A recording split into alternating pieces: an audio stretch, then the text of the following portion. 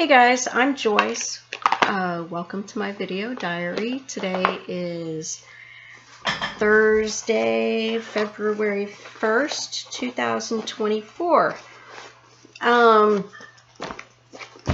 Sorry, I'm just going from one task to another.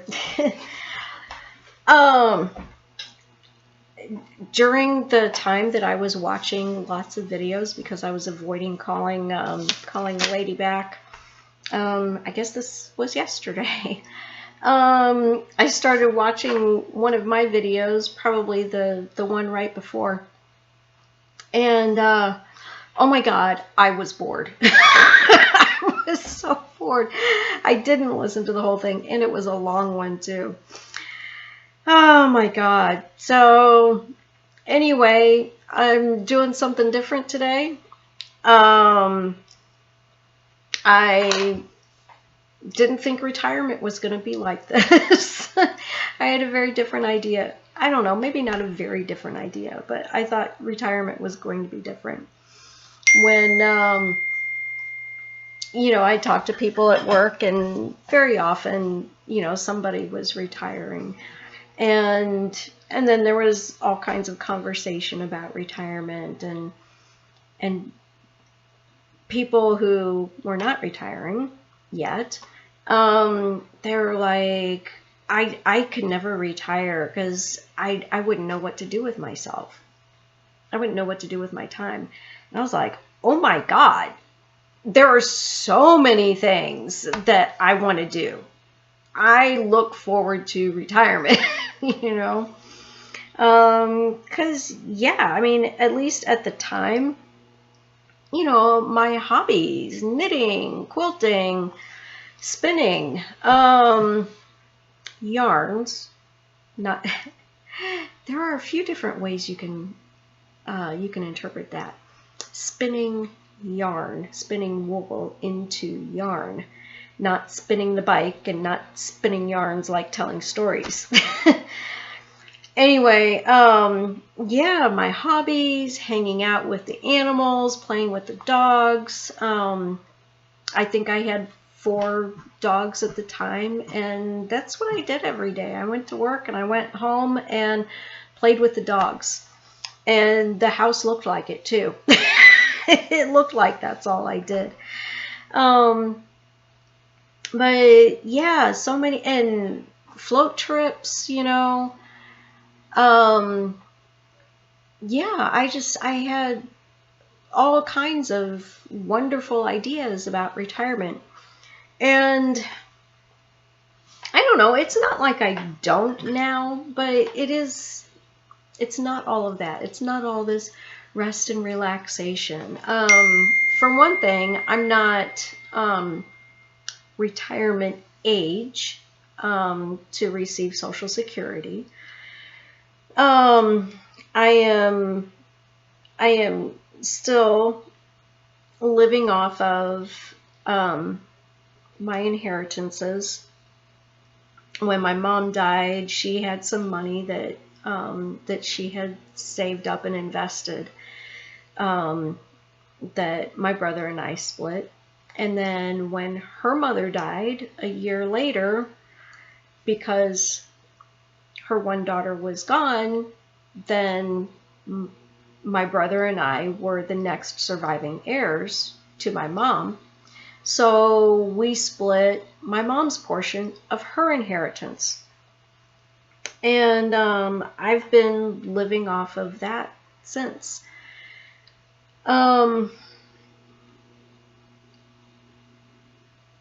I just lost my train of thought. I'm so sorry. However,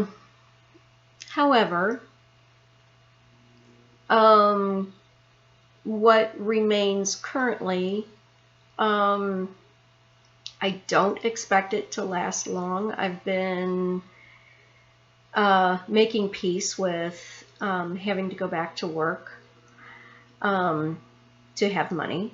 But I've also been, in the meantime, I created this business that anyone could argue is not a business, not a viable one anyway. But I still want to do that.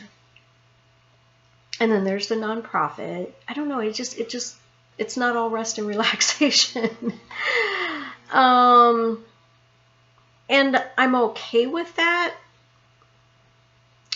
but it's difficult. Not that just because something is difficult doesn't mean I shouldn't do it. It's just not what I expected. And so I'm trying to, I'm not sure if I should label myself this way. I have problems with motivation and following through with things. I do get motivated. I mean, these things, motivation is a part of my life at times. And I do complete certain things at times. This time that I have had not working, it's been 10 years now, has been amazing. And not just the not working, actually not just the not working. But not the money, the inheritance also has allowed me to, both of them together, the time and the money together, have allowed me to learn more about my health and how I function.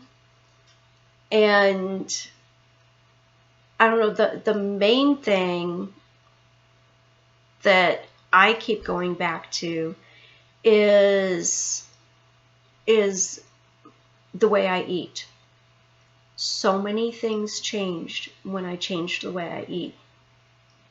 I don't take naps during the day anymore, unless I'm sick. I don't take naps during the day anymore. I don't have a need for it. Okay, just a minute. Okay, sorry about that. Had a knock at the door. So what was I talking about? Oh, yeah, my life has changed a lot since I changed my diet. And it was a progression. You know, it wasn't just my diet, because I was starting to change the way I ate. Oh my God, so many years ago. When a place that I was working, I want to say this was 2003, maybe. A place that I was just got hired on there, and for their insurance benefits, you had to get an evaluation, and part of that was blood work. And that was when I first found out that I had high cholesterol. It's borderline high. And so I started paying attention to that. That's when I started changing the way I eat. And there was just, I just explored more about my health. But after receiving the inheritance and leaving my job, I ended up, I went and I had a brain scan in Chicago with Amen Clinics, and that was very revealing. Oh my goodness, that's so funny. Anyway, what was revealed in the brain scan, and a friend of mine who, I think she's still certified, anyway, she's a nurse, was a registered nurse. And, she kind of takes anything with a grain of salt, because it's just one piece. I understand that. But this brain scan showed that the part of my brain that is responsible for emotions, and I'm probably not explaining this correctly, but the part that is responsible for emotions and regulating emotions, stuff like that, was on fire. Shocked the hell out of me. I'm like, I'm not an emotional person. that's so funny that I'm remembering this, considering what I've been talking about the past few days since my last coaching call. Anyway, so there was that, and then they also recommended some supplements, and one of them was GabaCalm, that is supposed to help. It's supposed to help calm that part of your brain, help even things out a little bit. I was still married at the time. We both went and did this. And there were other supplements, but this one in particular, we were both taking. It was recommended for both of us. And it was the first one that I took. I don't remember if it was the first one he took. Anyway, I noticed I had been at the point of just, everything about him grated on my nerves. Everything. I had no patience, no understanding, no tolerance. And that's just not me. It's not me. But I was just, it made sense. The brain scan made sense that my emotions were on fire, even though it didn't make sense to me at the time. And I think it was 2 days after we started taking these supplements, I didn't have that anymore. I didn't have that anger. I was able to have a conversation with him, just a normal conversation, without wanting to run away, without wanting to bash his head in. So anyway, that was part of my journey, and I could not have afforded that if it hadn't been for the inheritances, and I wouldn't have had the time for that if I had still been working.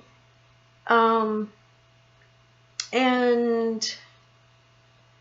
okay, technically I was still working. I was doing bookkeeping for 2 people. It was part-time. And then,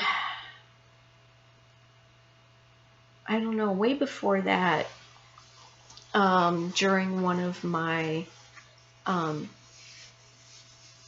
visits, during one of my work days with one of the clients, she liked to stop in the middle of the day, have lunch, and she would prepare lunch, always beautiful.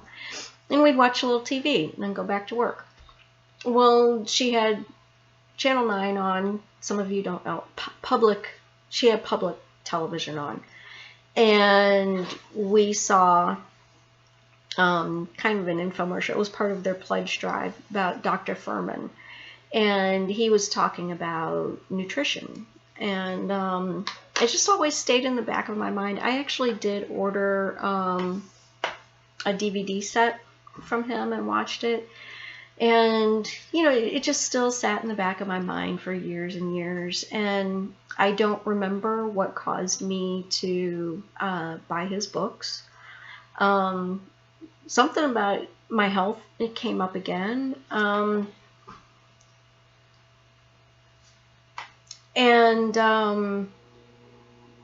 So I got a membership, and I purchased some of his products also. And those things aren't necessarily out of the realm of, a regular working person. I feel like they're kind of expensive, worth it, but kind of expensive. But I'm not sure I would have explored that I wouldn't have had the time. I wouldn't have felt like I had the time to even get into that. If I were still working. And then what else? Listening to Brooke's podcast. And joining self-coaching scholars. That was a lot of money. I would not have done that if I had still been working. Although I was making good money. I was making good money the last place I worked. But I don't believe I would have spent it on that. I'm not sure I would have ever even found her podcast, because I would not be listening to podcasts if I were working, because that last job, it was overtime and Saturdays sometimes, and it was a lot, and it was almost an hour away from home. So yeah, it was a really big part of my day, and I had not changed my diet to the level that it is now. So I was still exhausted when I got home and didn't have the mental capacity to do anything except go to work and come home, feed my pets, and hopefully get dishes done, you know? So lots of things have been possible, have been made possible from those two inheritances. I wouldn't have quit work if it hadn't been for them. So it's the time and the money were steps on the way to where I am right now. Honestly, I don't remember why I got into all of that. But I think I was making excuses for why I don't have a viable business right now. Maybe that was it. So I do still struggle with motivation and overwhelm. And I do realize that that's all just, it's thoughts in my head telling me that, my own thoughts. It's not like I'm hearing voices. And I'm not saying that, anyway, I'm starting to go off on a tangent. But I realize that those are thoughts that are, I can't do this, I don't finish things, I'm not smart enough, I'm not motivated enough, I'm not determined enough, I can't make decisions, I can't stick with things, and what a way to beat down a dream. You know?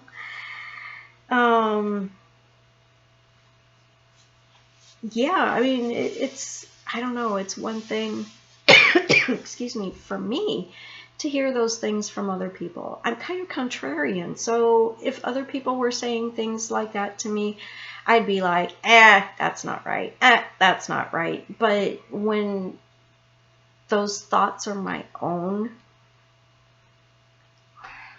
they seem so true. So true. And like, I can't argue with them. Even though I know I can. I have learned that I can question even myself. I